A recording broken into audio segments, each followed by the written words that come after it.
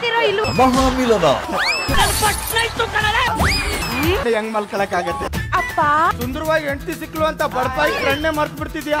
ನೀವು ಬರ್ತಿರೋ ಇಲ್ವೋ? ಅಪ್ಪ ಇದೊಂದು ಡೈಲಾಗ್ ನ ಅವಾಯ್ಡ್ ಮಾಡು. ಈ ಹಾಲಲ್ಲೇ ಮಲ್ಕೊ. ಹಾಲ್ ಒಳಗಡೆ ಹೆಂಗ್ ಮಲ್ಕೊಳಕ್ಕಾಗತ್ತೆ?